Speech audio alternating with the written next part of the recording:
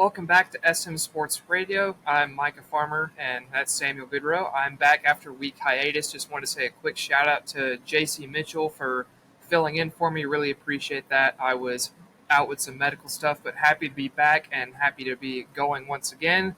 Obviously, I missed our national championship reaction for college basketball, but I think that anyone who watched any other of our college basketball stuff this year knew that I wasn't surprised by UConn winning it all. And it wasn't close once again as UConn continued to just run through teams as you guys talked about last week. But yep, happy to be back. And what about you, Samuel? You ready to get back into the normal swing of things? Yeah, for sure. It was awesome to have my good friend JC on the program last week. He did a great job on his first podcast appearance ever, I think, and just stepped in and did an amazing job on some pretty short notice, actually. Contacted him about 12 hours in advance, and Yeah. he was able to get his prep done and fill in pretty seamlessly, but definitely glad to have my co-host Micah back. Glad you're feeling better. Thanks. Well, we are going to jump right into it with some MLB stuff this week as we are now more than 2 weeks into the regular season, and there are a couple red-hot Chicago Cubs right now, starting with Michael Busch, who has homered again tonight to make it 5 straight games with a homer, which is the most by a rookie since in the very, very early 1900s. So they obtained him in a January trade with the Dodgers that you have to think they're super happy with at this point. Yeah, definitely. The Dodgers have to be regretting that a little bit. I think the motive behind that trade was to ensure that Gavin Lux saw some more major league pitching, but looks like they kind of are giving the wrong guy a shot over there in LA. I think they'd like to have this one back. Busch has been incredible this season. Yeah, Busch was red hot in minor league ball as well. So personally, I didn't understand this trade at the time, and I still don't understand it because Busch is on fire. But the other Cubs will Cub on take it. fire, yeah, they definitely will. The other Cub on fire is Shota Imanaga, who is a guy that in our preseason predictions you were pretty high on. So what have you seen from him so far this year? Yeah, quick little casual National League Rookie of the Year pick from known MLB expert. I say this in jest, Samuel Goodrow. But yeah, Imanaga's had an incredible start to the season. No runs allowed through 15 and a third innings, 16 strikeouts, and most impressive that I can see that just a .72 whip. So he's not giving up a lot of hits, not walking a lot of guys. Just been pretty efficient so far, as the no runs attest to in those 3 or so starts, I believe. Yeah, what's even scarier about Imanaga is a lot of people around the Cubs right now are saying that this isn't even his best stuff. His stuff is a bit off to start the year. So if he gets his best stuff, look out because he has already been on fire. But Nothing staying like in a the 30-year-old rookie. Nothing like yeah, that. I mean these older guys coming over from Japan, you see it a lot of times. These pitchers, especially, struggle initially, like we saw with Yoshinobu Yamamoto, because the balls are different in the MLB than over there in Japan. It's a slightly different ball, slightly less grippy in the MLB, so you see some pitchers struggle with that, which I think contributes to why Imanaga might not have his best stuff yet. Still working on getting the grip of those balls, but he's been great initially, and hopefully continues to settle in because you always love these highly talented players from across the Pacific coming in and playing well. Then staying in the NL Central, we have a couple of guys that, as a Reds fan, I've been super happy to see playing well and just back in period. We'll start off with Nick Lodolo, who made his return to the Reds after almost a year out after multiple arm injuries. He struggled to stay healthy a lot of the time in the big leagues so far, but looked amazing versus, granted, the White Sox, who are absolutely horrific, but still, in 5 2/3, he struck out 10 and only allowed 1 hit, 1 walk. That curveball was hitting batters in the feet and still getting swings, and his fastball velocity is actually up a whole mile an hour. So I'm super happy to have him back. Yeah, just from an outsider looking in, I'm not really as in tune with Reds baseball as you are, but at least to me, it seems like Lodolo's kind of stepping in to that ace role that many thought Hunter Green would step into, just with his electric stuff, his high velocity, his spin rate, things of that nature. But I think Lodolo's pretty much the clear ace of this staff, or at least trending in that direction. What say you, Reds expert? Yeah, I was actually going to say the exact same thing, so good call there. But I think Hunter Green, he still has that good stuff, but the lack of even a third pitch sometimes with his reluctance to throw that circle change that he has, just relying on purely fastball slider, can get him in trouble a lot. Whereas Lodolo has that devastating curve, more of a sweeper, the fastball, and can mix a changeup in there as well. So he's really able to keep hitters off balance, and he has ace stuff as well. His stuff moves like crazy. The fastball has good zip on it. So I think that this is a guy who can definitely be the ace of the Red staff, especially as big free agent signing Frankie Montas got absolutely shelled by the Mariners tonight in a game I actually have on behind my laptop right now. So that's been interesting. But another guy who's been really encouraging recently is Ellie De La Cruz, who, man, had a bit of a rough start to the year, being called Error de la Strikeout by many after the first couple weeks of baseball. But his on-base streak, though it ended at 19, was one of only 3 players in the MLB to have a hit or be on base in every one of his team's games, along with Ian Happ and Jose Altuve. But that streak ends at 19, although the past week he went 8 of 23, had 4 homers and 8 RBIs, and his average on the year is sitting right around in the 280s, and his OPS is 926, I think, right now. So he is absolutely caught fire, which is great to see, especially with Matt McClain out still. Yeah, for sure. And another category that Ellie De La Cruz absolutely and unequivocally leads the league in is just aura. That guy is just such a cool dude.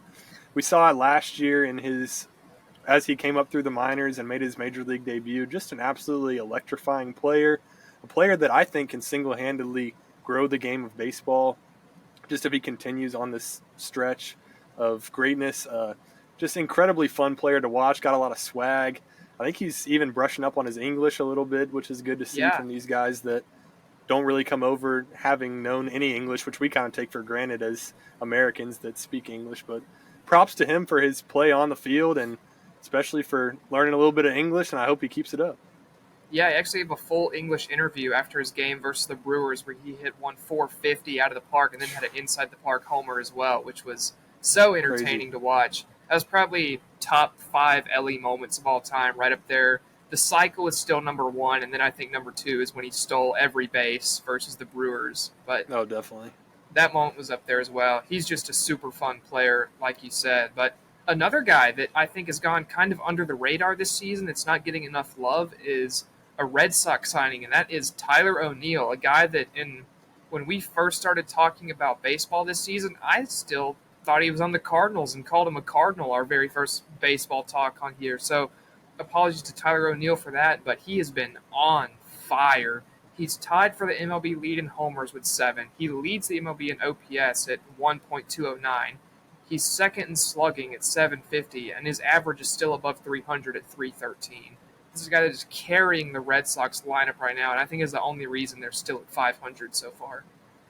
Yeah, definitely a signing that went under the radar. I actually also had no idea that this took place. I assumed he was still in St. Louis on that veteran-heavy team over there. But, yeah, like you said, just absolutely tearing it up in Boston right now, hitting a few over the Green Monster, which is always electric no matter who hits it. And then you talked about him being tied for the MLB lead in home runs. Well, allow me to present the man that he is tied with in home runs, and that would be Marcell Ozuna, who has been from the picking Braves? up Ozuna from the Braves. That's right, ladies and gentlemen. Marcell Ozuna, 7 home runs this season, 1,193 OPS. Is that how you're supposed to say it, or 1.193? You can say proper 1 notation? or 1,000. Either works. He has a really high OPS. That's the moral of the story. It's and then up there. For you baseball nerds, he has a 213 WRC plus. I don't know what that means. I see it on Twitter, and people say that high 100s, low 200s is pretty good. So I went ahead and stuck it on here on the stat sheet. I'm pretty sure it's weighted runs created. I think it's something like that. That sounds good to me, but all I know is Marcell Ozuna has been excellent to start this season, and the Braves have really needed it with Acuna having a slow start. You've had some morale hits with Spencer Strider going down. Just to highlight Ozuna one more time, he went 0 for 5 on opening day, but since then he has a hit in each of the following 14 games, 14-game hitting streak, which leads all of baseball, by the way. And Marcell Ozuna is a guy that he could lead the National League in home runs. I don't think that's a crazy statement for me to say that. No, it's definitely not. And I think he went under the radar last year just because of how excellent Acuna was. And then Matt Olson was so good. Austin Riley was so good that a guy like Ozuna did he hit 37 homers last year, something like that? And just went under the radar completely. So Oh, and my favorite thing about Ozuna is that he's never out of a count. On No, Sunday, the Braves were down to their last strike, quite literally. 0-2 count from Marcell Ozuna, swung out of his shoes on the 0-1 pitch to fall to 0-2, then gets a curveball at the bottom of the zone on an 0-2 pitch, cranks it out of the park for a 3-run home run, gave the Braves a 2-run lead and a much-needed series win down in Miami against a scuffling Marlins team. Avoided back-to-back series losses after dropping a tough series to the Mets. I think that changed the trajectory of the Braves' start for sure, in a team that really needed it. And I'm not sure many expected Marcell Ozuna to be the catalyst of something like that. I certainly didn't, but he's doing it. You have to give credit to him. And speaking of surprises on the Braves, it's been a bit of a rough start for Ronald Acuna so far. Only has 3 extra base hits, and they're all doubles. Is 15th percentile in barrel percentage so far, and 20th percentile in expected slugging. So, been a really rough start. He's not hitting the ball hard, which is such a weird thing to say of Ronald Acuna, who you're so used to. Even if he's not hitting extra base hits, it's a laced 100-mile-an-hour single. So, I hope he figures it out. I think he'll figure it out, but for right now, a bit of a slow start. Like you said, Ozuna's been picking up that slack. Yeah, the most alarming thing for Acuna, for me at least, as someone who has pretty much watched all of his at-bats, he's just getting on top of the baseball pretty consistently, grounding out a lot, lining out a lot. Coming into game number 9, now, granted, we're on game number 16 now. I'm not sure how this has been updated, if it's been updated. But going into game number 9, Acuna hadn't even hit the ball in the air a single time. Not a pop out, not a fly out, not a double in the gap. All of his hits, all of his balls put in play have been line drives and ground balls, which is a little bit alarming. But a guy like Ronald Acuna, who just absolutely tore it up last season, unanimous MVP, 40-plus home runs, a lot of extra base hits. I trust him to figure it out, but definitely not something that I expect to see as a Braves fan or as a baseball fan in general. So here's to Ronald Acuna getting that figured out. I'm sure he Oh, will Jake eventually. Fraley just hit a nuke. We have That is we have a cool. live reaction to the Reds Mariners game Monday night as Jake Fraley rips one over the right field wall to draw the Reds We a are little Jake bit Fraley closer. stands here on Yes, the pod. Rake We love Fraley Jake goes Fraley. yard. Indeed. But yeah, hopefully Acuna gets it figured out. I'm sure he will. Hopefully it's sooner than later. Yeah, I definitely have faith in him. And then you mentioned earlier about Spencer Strider, who is now confirmed to be out for the year as they're doing UCL repair surgery on him for the strain that initially had him on the 15-day IL. And that's a blow to this Braves team for sure, but there's definitely other arms in that rotation that I think you can rely on. First of all, Max Fried, and then you hope Chris Sale can have a full, consistent season, but you start to wonder where that righty starter is going to come from for the Braves if Strider's out. Yeah, and I was obviously devastated when I saw Strider was having elbow issues. I pretty much knew, I didn't know, but I had a feeling that it was going to be pretty serious. He's already had a Tommy John surgery in the past. They were really secretive with the news for about a week, so you had to think that they were going to go ahead and perform the surgery and then update after, and that's exactly what they did. And after I reflected upon that for a little while, after I got over the sting of Strider being out for this season and probably a little bit of next season, it got me thinking back to last year where the Braves just cruised through the regular season. Nobody really thought they were going to run into many problems, especially early in the postseason. I mean, there's always the problems with the Phillies, the history. I don't think anyone expected what happened last season. And kind of my mindset going into this season is that as long as the Braves make the playoffs, which I'm not too concerned that they're going to, Fangraphs gives them a 98% chance as things stand right now. So as long as the Braves get into the playoffs, you really only need 3, maybe 4 starting pitchers to be on in the postseason, which I think you can rely on Max Fried. You can rely on Chris Sale if he's healthy. Charlie Morton's not going to be the guy that he once was as he's pushing 40. Maybe he is already 40. Not positive there. But another guy that's kind of under the radar for the Braves so far that's given a couple nice starts is Reynaldo Lopez. He came over in a trade from the White Sox and was converted into a starter and has pitched pretty well for the Braves. So I think the Braves are going to be fine come playoff time once these guys get a lot of innings under their belt and kind of cope with the loss of Strider. I think this staff is going to be fine. We saw the 2021 Braves with a much worse pitching staff win the whole thing. Dylan Lee started Game 5 of the World Yeah, Series, if you're asking yourself who is that exactly, the Braves won the World Series with Dylan Lee pitching in Game 5. Max Fried, Charlie Morton carried that series. AJ Minter out of the pen. So as long as you have 3, maybe 4 solid arms, the Braves are going to be just fine pitching-wise in the postseason. So that's my solace to you Braves fans out there. Yeah, you definitely make a good point with that. That's something that I hadn't considered, but also one thing I've been thinking about, you have to wonder if maybe the offseason of developing that new curveball for Strider had anything to do with the elbow Definitely. injury immediately after. But I guess that's something that we won't know right now, and with how the Braves are with media releases, we probably will never know. You'll But never know.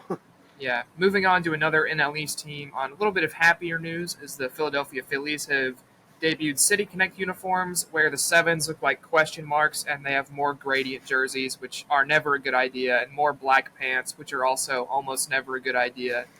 And come on, Nike, what are we doing? As we go into more criticism of Nike and Fanatics here, but I don't know if you saw the video of Riley Green sliding into home plate and his pant leg ripped in half just from a normal Yes. everyday slide. What are we doing? Did you see Bryce Harper wearing one Yes. of last year's jerseys? Yes, That was a more power players move. need to do that. More players need to do awesome. that. I saw a pitcher whose pants didn't fit, so he wore the Bat Boys pants. Not sure Really? if that's.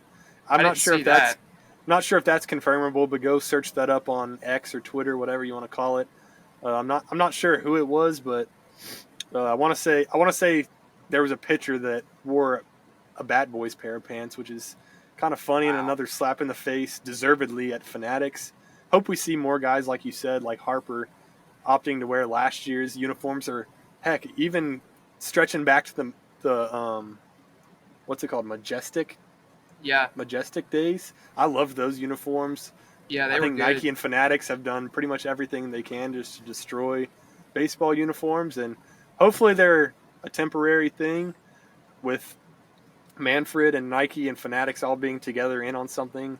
They're probably not going to be a temporary thing, unfortunately, but Yeah, I hate the Fanatics uniforms, obviously. I kind of like the Phillies City Connect hats. Not a fan yeah, of those the are rest. good. Like the hats, not a fan of the uniform. Yeah. Well, a few more teams are supposed to get City Connects this year, if they even get them delivered, based on how some other uniforms have gone No this season, chance. with Fanatics not sending the uniforms out. But it's just a disaster in uniform land. But as far as the divisions, there have been some unexpected starts to the year, namely in the NL Central, where every team except the St. Louis Cardinals are over 500, led by the Brewers at 10-4, and then the Pirates at 11-6, who just beat the Phillies in a series and are still going strong right now. Yeah, it seems like the Pirates kind of always get off to a great start and then kind of fizzle and fizzle and fizzle and then end up with 70-something wins. So I'm not entirely sold on the Pirates yet. The Brewers, they just find a way to win, man. They're a very boring baseball team to watch just as a neutral observer. I've watched a couple of their games and am not thrilled other than the young guys they got over there. Christian Yelich returning to MVP form. I'm not going to attempt to pronounce Jackson's last name. You know who I'm talking about. Churio. He's an incredible player. Other than that, I love William Contreras, former Brave. Beyond that, I'm very bored by the Brewers, but unfortunately for my predictions and for me in general, the scoreboard doesn't care about how you do it as long as you do Yeah. it. Well, as an NL Central fan that's not a Brewers fan, I can attest the Brewers are boring, and when you play the Brewers, it's often a slow, boring, and painful death, as they just have elite pitching. And then this year, the bats are hot too. Bryce Terang has been hitting pretty well for them, another young prospect of theirs. Yelich has been on fire recently. William Contreras is hitting everything a million feet at 1,000 miles an hour, it seems like. But the Cubs and Reds are right in this division too, both sitting at 9-6, and those are two teams I definitely still think can make a push for the division, especially the Reds now with Nick Lodolo back. I think that really helps the main weakness of this team the last couple of years, which has been the starting pitching, which by the end of the year there's really no one left. So I think that'll really help Cincinnati this year. And as you said about the Pirates, I just don't think they have the rotation depth to make it through a full season without falling back. Yeah, for sure. I'll definitely be rooting for the Reds in this division. Definitely the most fun team in the division. That's really all I care about when I'm evaluating teams not in the NL East, because That's how deep my Braves allegiance runs, especially in the National League.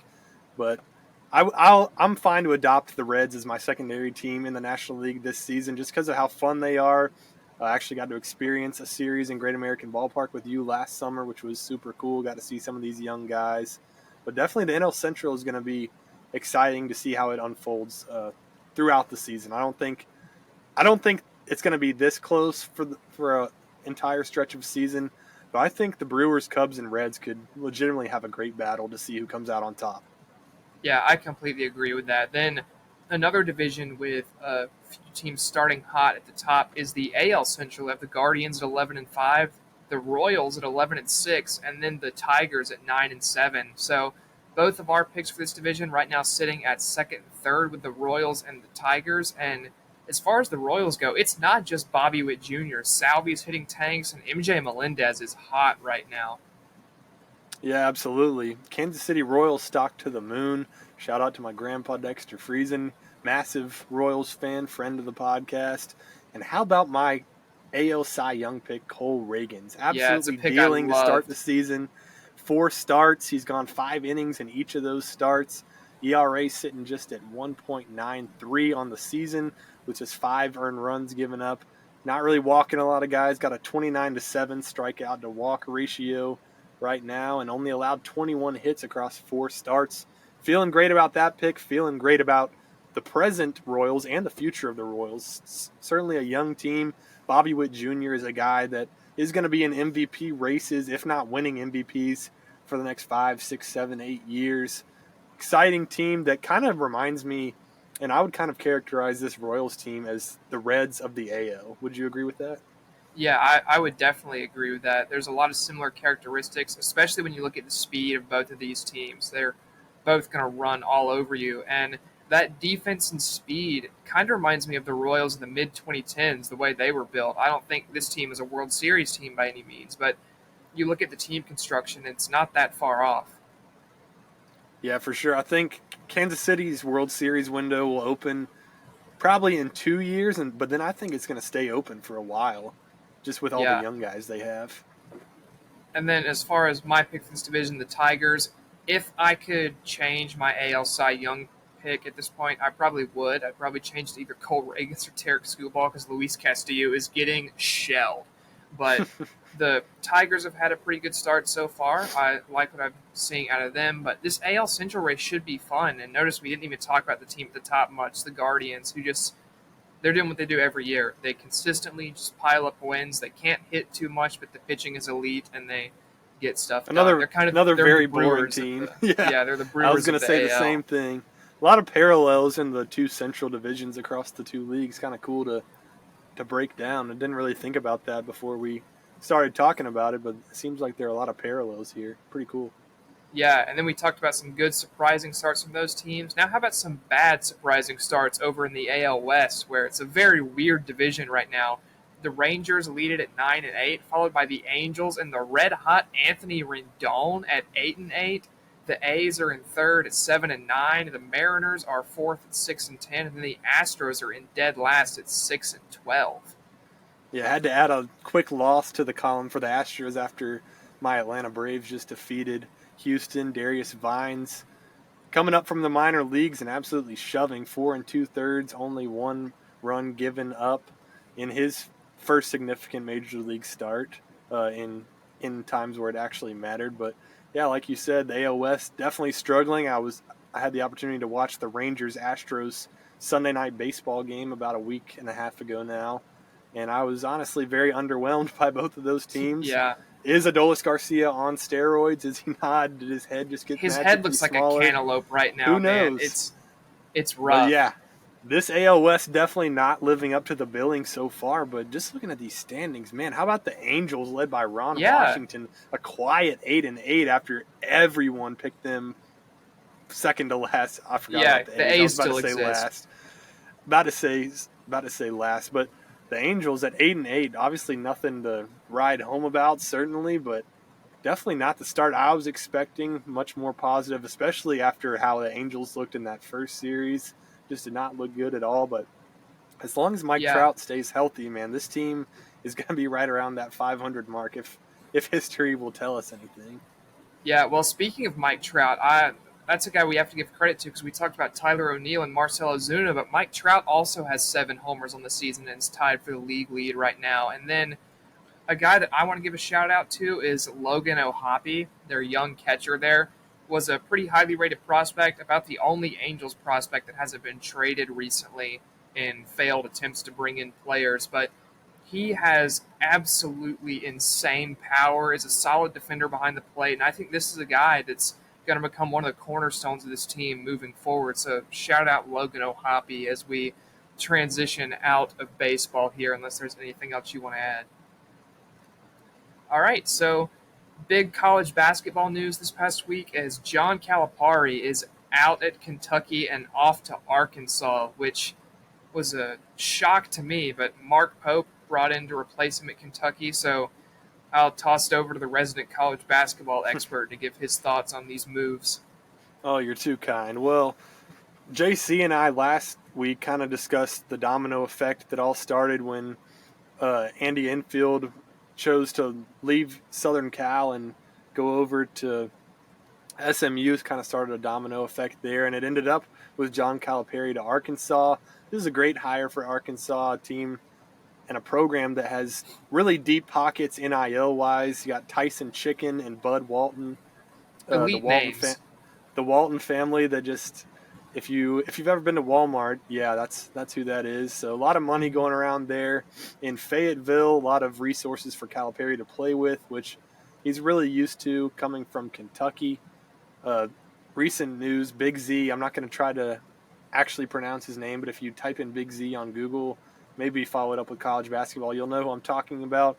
He has decided he will be following Calipari to Arkansas, and he is actually the only player on the roster right now for Arkansas. So it's going to be very interesting to see how Cal kind of either uses the portal or maybe get some last-second recruits for the 2024 class. Definitely going to be interesting to see how things go over there in Fayetteville.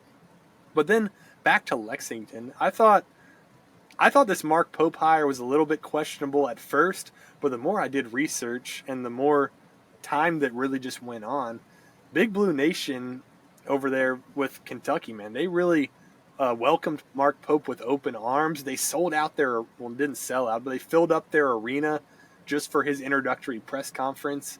Just put that into perspective a little bit. Over 20,000 people filling up Rupp Arena for an introductory press conference on a Sunday afternoon. Wild. During the Masters. Yeah. Just an absolutely electric scene.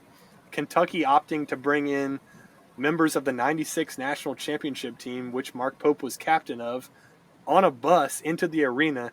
And Mark Pope was the last one out of the bus, held up the trophy, got the crowd going, and he's just been the perfect hire so far for Kentucky. Just epitomizes that program, which has been characterized not only by himself, but in his predecessor, Calipari, as the bluest of blue bloods, which history absolutely validates that opinion. And I think Mark Pope is going to do big things at Kentucky. He has a lot of incentives in his contract that incentivize winning. A $5 million base pay with a lot of success-based incentives. Love this hire for Kentucky. I think he's going to bring in some seniors and other guys from the portal that maybe Calipari wouldn't have really taken a flyer on, which with as many one-and-dones as Calipari has taken in throughout his career as a coach. I think you're going to see more of that with Arkansas now, but Mark Pope has a little bit of different philosophy. He's going to be looking for guys that are going to be around for a few more years, and we've seen that that's what drives success in today's college basketball. You just think of teams like UConn who utilize the portal just so well. Cam Spencer being brought in this year. You don't really see many one-and-dones for programs like UConn, Purdue, et cetera, et cetera. The only teams you really see with one-and-dones nowadays are the Calipari programs of the world, the Dukes of the world, and that honestly doesn't really translate to national titles very often. I think this is going to be my first huge college basketball futures hot take. I'm going to say Mark Pope is going to win a championship at Kentucky within the next 5 years. I like that. I obviously will not claim to be the same level of knowledgeable college basketball as you are, but this Mark Pope hire from everyone that I've talked to that is a Kentucky fan or knows people from that area said that they're all pretty happy with this hire so far. So I think they would have been happy with a lot of people, frankly, after the way that Calipari's time there ended with Mm-hmm. almost no postseason success at all. But I like this hire. I think that he'll do well there, and we'll have to see if your hot take comes true. But now over to my favorite area to talk about, which is the NFL draft. We are only 10 days out from the draft, or 9 Wow. once this podcast is released, which is wild to think about. And because of March Madness and stuff, we haven't been able to dive as deeply into this as I would have liked to sometimes, but don't worry, we're getting in the weeds today. We are talking cornerback, who is cornerback one, and then talking about this edge class, as some people have been quite down on it, saying it's a weaker edge class, but we're going to start with corner and try to settle the debate of who is CB1 between, from what I've seen and from my scouting, the consensus top 5 guys here in Quinyon Mitchell from Toledo, Clemson's Nate Wiggins, Alabama's Terrion Arnold, Alabama's Kool-Aid McKinstry, and then Iowa's white boy Cooper DeJean. So we're going to start with Quinyon Mitchell, who is 6 foot 195, ran a 4.33 40, and is just your prototypical big outside cornerback. Yeah, Quinyon Mitchell has an excellent. He's excellent at catch point defense. He can declare his hips too soon at times. Just a little spoiler: if you've made it this far in the podcast, I know nothing about scouting. I'm reading from Micah's notes directly. Just a disclaimer there. Uh, and apparently, he has positioning issues versus large wide receivers downfield. Micah, take it away. I will zip my lips. Yeah, so you've seen Mitchell sometimes play, especially deep coverage. This is a guy that came out of the MAC, out of Toledo, and that's going to scare people initially, but you know what they always say, scout the player, not the helmet. And Mitchell is good at staying with receivers. Sometimes he can get lost downfield, like you said, especially versus those larger receivers where even though he's big as well, he'll start to kind of lose his position and fade to that outside hip sometimes rather than maintaining that inside positioning that you really want to have as a corner for the leverage game. But like I said, don't let Toledo scare you. It's a guy who is very technically sound, and that usually translates no matter the level for corners. And then we got Nate Wiggins, who is obviously the best cornerback in this class, and I will be No taking most of bias the at all. questions. Zero bias, and I'm definitely an expert when it comes to cornerbacks, and that is the end of discussion. Nate Wiggins ran a 4.28 40. He's 6'1", 173. Probably not going to be able to play at that weight in the NFL, so that 40 times probably a little bit deceptive once he adds 10, 15 pounds. However these teams kind of want him to get his body, whatever weight that they want Nate Wiggins to play at. It remains to be seen how much of that quickness he can kind of keep as he puts on that weight.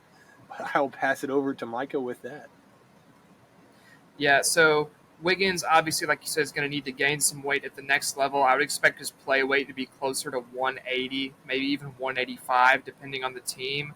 But I think with that, the 40 would slip over 4.3, but it does not matter with Wiggins because his play speed is so high. He has an incredibly high motor and incredibly high effort, and he also has fluid hips. He's going to be able to move quickly from side to side, back and forth. This makes him really adept in field coverage, especially in cover 3 and zone schemes like that, where he's able to kind of ride his receiver across the field, then take another one with that quick hip flip. And he's going to be able to drag it right back across. He's great sideline to sideline.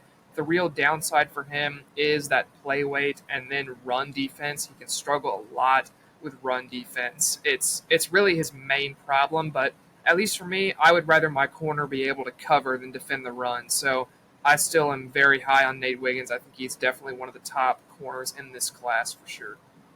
Yeah, and another thing that I've heard that he can struggle with at times is giving up too much cushion in that man coverage, and that's definitely something that I saw at Clemson. It seemed like he would get a little cocky and kind of back off the line 8, 10 yards, and then Clemson would just get curl routed to death at times. But definitely a guy that translates to the next level. Now we're going to move on to our first of 2 Alabama cornerbacks. Terrion Arnold stands at 6 feet tall, 189 pounds, and ran a 4.5 40 at the combine. Yeah, I know some people see that 4.5 and think, ugh, but 4.5 is still fast. Don't get me wrong on that. And Arnold's still 6 feet tall, so I think at that measurement you can get away with that 4.5 especially. And then Arnold's play style is so aggressive, so physical. He's going to be in your face. He's going to press you. And a lot of receivers really struggle to get away from that. Arnold wasn't really on a lot of people's radar coming into the season, but then teams started throwing away from Kool-Aid McKinstry to Alabama when they played him because they were so scared of him, and they got picked off by Terry and Arnold, who has great ball skills. He had really good ball production as well as a result of that. Things he can struggle with, he can sometimes have indecisive feet versus fake release packages and complex release packages off the line. So I don't know how many of you have watched Devontae Adams' release package, but a release package like that where a receiver declares one way then goes another is really shifty off the line. That can trip Arnold up, who really wants to jam initially and press. He can get caught off by that sometimes. Then he can also lose eye balance. What that means is he'll kind of get tunnel vision on just his guy and not really look at the construct of the play around him, which can make him a liability in zone sometimes. So this is a guy that's really going to fit in more of a press man scheme like you see in Pittsburgh. Yeah, definitely a guy who we have a lot of film, a lot of tape on, got a lot of reps, especially like Micah said, because teams were throwing away from Kool-Aid McKinstry. Before we get to him, though, got to talk about a guy who was an incredible piece on a pretty stellar Iowa defense that didn't get talked about near as much as it should have, in my opinion, just with as inept as the offense was. And that guy is Cooper DeJean. Standing at 6 feet tall, 203 pounds, and ran a 4.43 unofficial 40. So got a little bit of that sneaky speed, if you will. He's got more than sneaky speed. This dude can fly, and it shows up on tape as well. He's in receivers' hip pockets all day long. One thing I will say with him, he's not playing the best offenses at Iowa. Didn't play a lot of elite offenses out there in the Big Ten West, but this guy is an incredible height, weight, speed athlete. He's very versatile. He has experience starting at every position in the secondary, and I think you can expect him to play any of them really well at the next level, whether it be boundary corner, field corner, slot corner, overhang safety, box safety. I think he can really do it all at a high level. He's good at tackling as well, and he has receiver level ball skills. This is a guy who can go up at the catch point and just take it away. He also has amazing feel for zone coverage. He baited a lot of quarterbacks into a lot of interceptions at his time at Iowa because he'll sit back, he'll read the quarterback's eyes, and as soon as that pass is telegraphed, he has such a quick trigger that he can beat the receiver to the spot and pick the ball off a lot of the time. He also, this is a thing I think gets lost in scouting evals of him a lot of the time. He has immediate top 5 in the NFL talent at punt returner, in my opinion. This is a guy who returned multiple punts for touchdowns in his time at Iowa. Should have had another one versus Minnesota this year, but that got taken away due to a fair catch. Robbery. But, yeah. Some stuff that I think could knock him a little bit is he can struggle to release versus press. So this is almost the anti-Terry and Arnold when you look at play style. His deep ball tracking is not the best. He's really good sitting back and reading the field in front of him. But if you start to throw it over his head, he can lose the ball in the air sometimes. And then he has a little bit of hip tightness, which I think could lead to some trouble in straight-up man coverage. So I think this is a guy that would fit really well in something like a traditional cover 3 scheme. That's okay, Cooper. I just played a softball, church league softball game, and I too have hip tightness. So you're not the only world-class athlete with those issues. Well, I mean, world-class athlete, give yourself some credit. I hear you played pretty well. In all seriousness, let's move on. Rounding out the top 5 cornerbacks, we have Kool-Aid McKinstry, who stands at 5'11", 199 pounds. Did not run the 40 in this little draft preparation period. But Micah, go ahead and break him down and then crown your cornerback 1 for this class. So the first thing that stands out about Kool-Aid McKinstry is just this is a smart dude. He's going to sit back, and he's really patient in coverage. He lets receivers come to him, and then he's right in their hip pocket the rest of the way.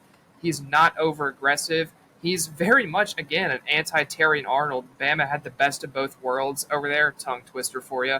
He has a great breadbasket punch ability when covering a receiver. As soon as the ball gets there, he's got an elite punch right in there to disrupt the catch point. He plays with excellent poise, and like I said, he has really good patience when covering a receiver, but can also trigger in an instant, just like we talked about with DeJean. Some issues with him is he's really more of a short area athlete, and that's part of the reason why he didn't run the 40. I would have expected his 40 time to be 4.55 or higher, which I think could have dropped his stock a little bit. He can play asleep if not targeted at times, where he'll kind of just relax and get out of the play, kind of take a break, like you see with A.D. Mitchell, Texas receiver, sometimes on offense. And then he doesn't really show willingness to come up and run support. So really, if he's not directly in the play, he'll become a spectator and buy a ticket sometimes. But he's a very, very solid zone corner. And this is a guy I think that it's not really talked about a lot, but I think he could play safety in the NFL if a team decides that they want him to do that. But as far as my CB1, I'm going to have to go Quinion Mitchell. It's very close between him and Nate Wiggins for me, but I think Mitchell is just, he has extra strength that Wiggins does not have, and he's more fluid in coverage of a receiver as far as being able to stay in their hip pocket. Wiggins has excellent tracking, but I think Mitchell's also more versatile. He can do more things for you, and because of that, I'm going to have him as my CB1 for this year. Yeah, you kind of sold me there, actually. So just as you went over the frame of these guys, like obviously Quinion Mitchell weighing in 22 more pounds than Nate Wiggins and just 0.05 difference in that 40 time. So once Nate Wiggins adds that weight, you got to think Mitchell's going to be the quicker of the two guys potentially. And then just everything else that he does well, it just seems like this is a guy who would be a safe pick for cornerback one, bias aside. So I'll Yeah. put the good row stamp of approval on that one, which admittedly does not mean much when it comes to NFL draft coverage, but Michael, I you earned appreciate it that. nonetheless. I stamp your cornerback one pick with Quinion Mitchell. Let's move on to another position group that is widely debated in terms of the top five, and that is this year's edge class, which has been characterized as a weak class by a lot of NFL draft experts, including myself. Just kidding. I'm not an NFL draft expert. Let me reiterate that. But thankfully, my co-host here on your right is my left. I think if we're thinking about it like that. Uh, let's just go ahead and start it off with Dallas Turner out of Alabama, 6'3", 247 pounds. Take it away. Yeah, this dude was just built in a lab to play 3-4 edge. It's as simple as that. You look at him in Alabama, and he's such a natural fit for it. It is actually insane. He's a twitched up athlete off the edge. He has sudden hands, great initial quickness. He can disarm tackles with those hands. He's shown to be very adept at turning the corner and has great bend down low. He can also become unstoppable on a runway. If you leave him a runway out at like a wide 9 set on the edge, he can completely blow by a tackle and make their lives miserable. He also has secondary rush ability. What that means is you look at a quarterback like, for instance, a Caleb Williams or a Jaden Daniels, these improv guys that we see in the modern NFL now, and he's good at taking those guys away. He doesn't give up if his initial rush misses, and if a quarterback starts to scramble, he's right there to take him out and get the sack. So another thing he's very adept at is peeling off to track running backs to the flat.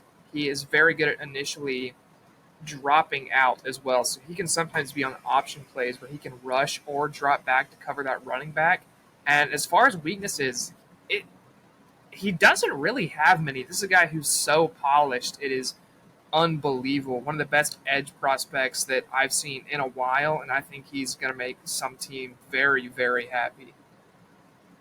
Yeah, based on what I'm hearing from you right now, I would not be an angry man if my Atlanta Falcons drafted Dallas Turner. Definitely hearing some good reports on him, and you're only confirming those. Now, over to our next candidate, Jared Verse out of FSU, stands at 6'4", 254, a guy that absolutely wrecked ACC backfields and, in my opinion, won Florida State the game at Clemson here in Death Valley in 2023 with that strip sack of Cade Klubnik.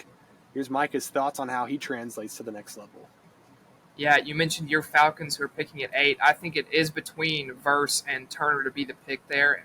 But one thing that I think doesn't get enough attention for Verse is that he's only been playing this position for 4 years. Didn't play edge at all in high school. His first year at Albany, he was a tight end. And then his second 2 years there, he started playing edge, then transferred to Florida State, kept playing it, and has developed at an alarmingly quick rate playing that position. He has a slight length disadvantage, but he closes so quickly to offensive tackles that he almost makes it negligible. You wouldn't really notice a lot of the time watching him play. But the main thing with Verse is his hands. They're extremely powerful. He has a great swipe to knock the offensive tackle's hands out of the way. He's really going to knock them off balance.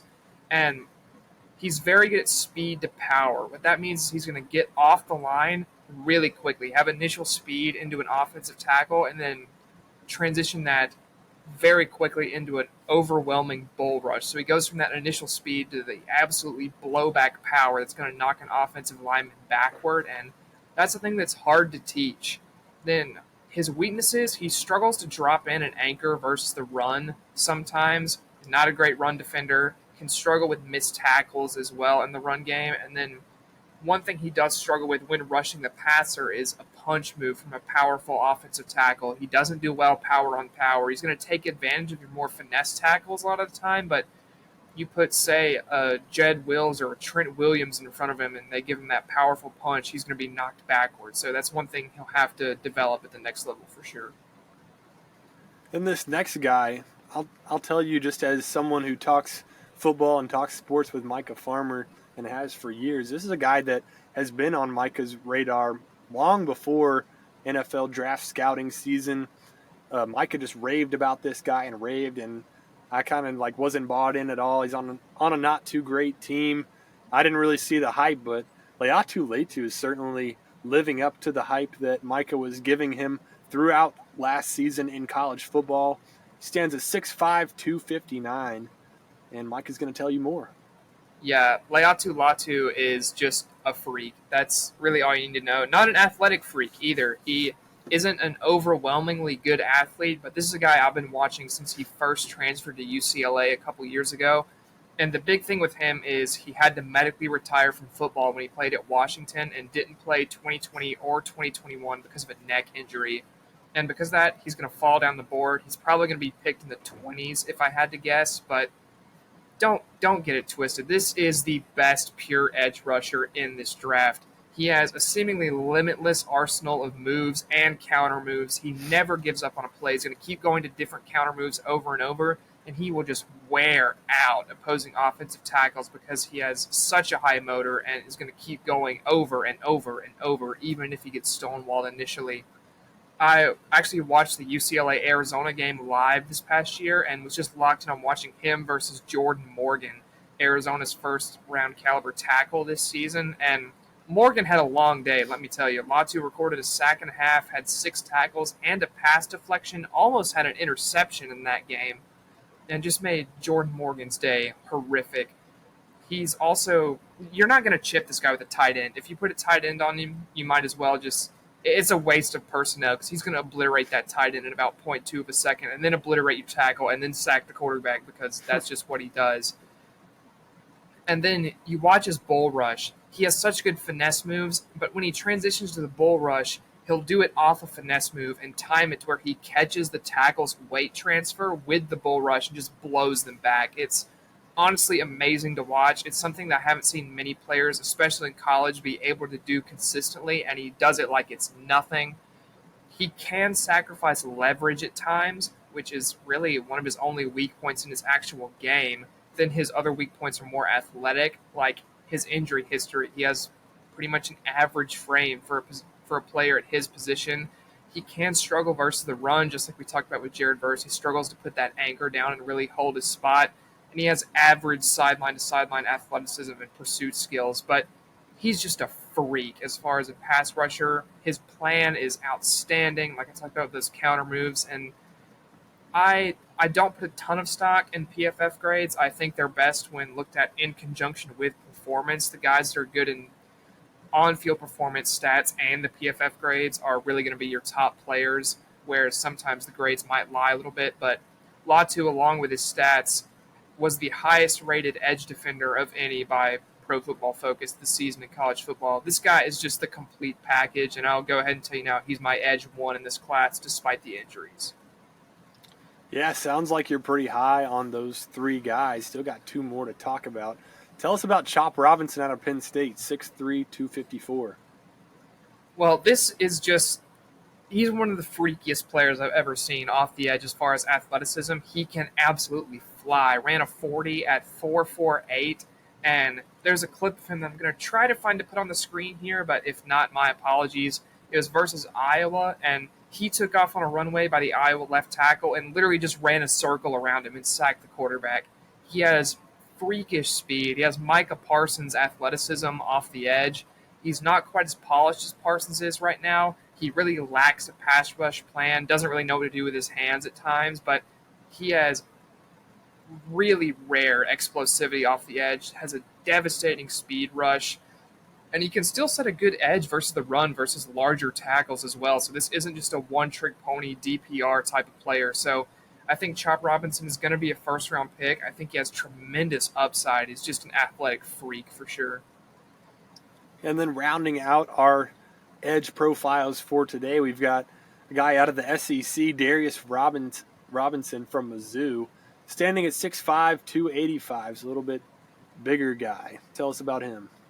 Yeah, Robinson's a really flexible player. He's a much bigger edge. I kind of like him as a 4-3 edge / 3-4 multiple front type player where you can slide him across the D line, because I think he actually has upside as an interior pass rusher in sub packages while playing edge on your normal first and second down packages. I think he's very versatile. He was first team All SEC this year, was a Senior Bowl standout. That's really what shoved him up a lot of boards recently. He has excellent length and measurements. He creates forceful separation at the point of attack and really makes an advantage based on that.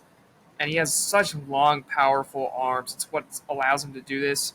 He'll punch initially into a tackle, and then as he extends, he'll shove that tackle off his mark and really get around into the quarterback that way. He's also solid versus the run.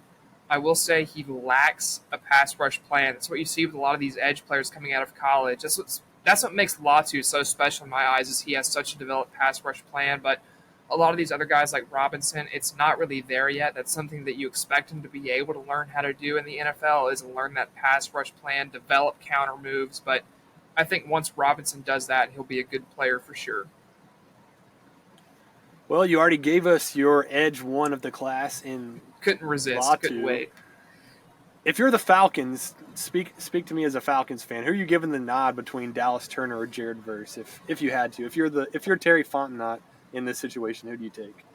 Well, it's funny because I think my answer is different from, I would say, my mock draft answer. But if I was the GM of the Falcons, I'm taking Dallas Turner all day. He's just, like I said, built in a lab to play that position, especially in the Raheem Morris defense. He just looks so perfectly made for that. But apparently the Falcons like Jared Verse a lot. He really matches up with Byron Young, who Raheem Morris took last year as the Rams DC. So if I was doing a mock draft, I would say Jared Verse goes there. But if I'm the GM, I'm taking Dallas Turner. It'll be interesting to see how that plays out. And that rounds out our NFL segment, unless, Micah, you have any closing thoughts there. Nope, that is it. And I think that's actually it for this week as a whole. So we will see you guys next week. Like I said at the very start, happy to be back. And once again, big thanks to JC Mitchell for filling in last week. But that is it, and we will see you guys next time.